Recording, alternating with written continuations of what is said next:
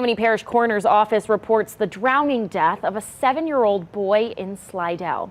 It's unclear what the circumstances of his drowning are. In a statement, Dr. Charles Preston says, quote, "This is a tragedy of enormous proportions, and my staff and I join those who are friends and family of the child in grieving this incident. Sadly, these deaths occur all too often, and each and every one of them is avoidable."